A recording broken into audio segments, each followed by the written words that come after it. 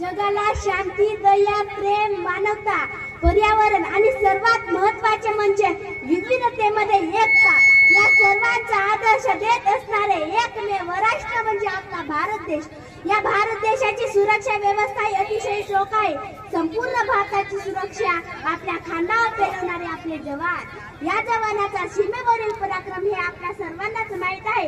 परंतु कौटुंबिक बाजू पुलवामा या एक पात्र नाट्यातून मी सादर करीत आहे. माझे पूर्ण नाव प्राची नरेश कुळमेते. माझ्या शाळेचे नाव जिल्हा परिषद उच्च प्राथमिक शाळा देऊळगाव. मी इयत्ता 7वी मध्ये शिकत आहे. महाराष्ट्राच्या सह्याद्रीच्या कुशीत एक छोटंसं गाव.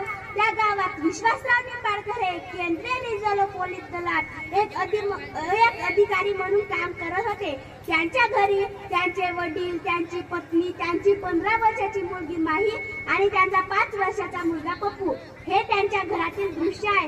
ए आई ऐक न ग, तुला काहीतरी विचारायचं आहे. ए आई ऐक न ग, हे बघ पप्प्या, तुझ्या पप्पांना आज मिशनवर जायचं आहे. मला खूप कामं पडली आहेत, त्याबद्दल तू मला त्रास देऊ नको. जा तिकडे जाऊन बस. आई एकच प्रश्न, पप्प्या तुला एकदा सांगितलं समजत नाही का? जा तिकडे जाऊन बस. आई तू अशीच करतेस. काय करतेस? पप्प्या काय तुझी मस्ती चालली आहे? सकाळी सकाळी मला त्रास देऊ नको.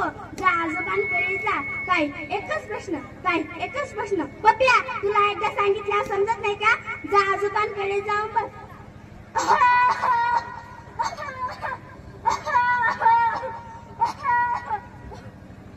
मुझे कोई प्यार नहीं करता, सब गंदे हैं.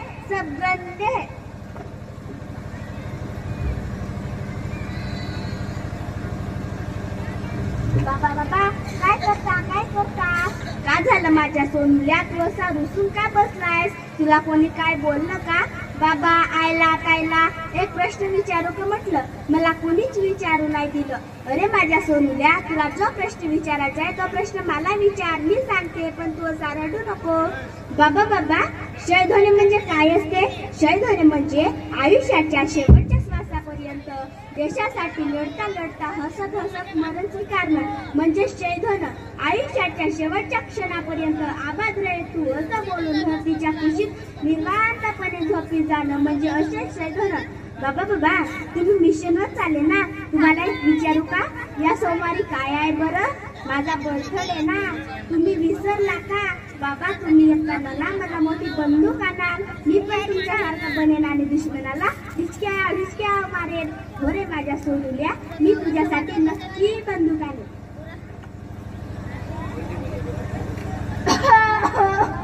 या टीव्हीवर काय आलं? ए माही इकडे ये जरा, या टीव्हीवरची बातमी वाचून दाखव. हो आजोबा आली. ए आई इकडे ये ना, हे बघ टीव्हीवर काय आलंय. काश्मीर मधील पुलवामा येथे झालेल्या बॉम्बस्फोट मध्ये 40 जवान शहीद झाले. काय माही तू अशी उभी का? तुझ्या बाबांना फोन लाव ना. तुझे बाबा व्यवस्थित आहेत की नाही विचारपूस कर ना. हॅलो, कोण बोलते? विश्वासराव निंबाळकरांचा घर का? हो मी त्यांची मुलगी बोलतोय. मी काश्मीर मधील पुलवामा येथून बोलते. तुम्ही टीव्हीवर बघितलाच असाल. कृपया स्वतःला सांभाळा. या घटनेत विश्वासराव शहीद झाले. काय ए आई, या घटनेत बाबा गेले ग? काय नाही होऊ शकत. तुम्ही मला सोडून नाही जाऊ शकत. तुम्ही मला आई बाबा काय झालं ग? मी आजपासून शांतपणाने वागेन आणि कुणाला त्रास नाही देणार. आई बाबांना घरी परत बोला न ग, आता तुझे बाबा कधीच नाही करत ना रे, कधीच नाही.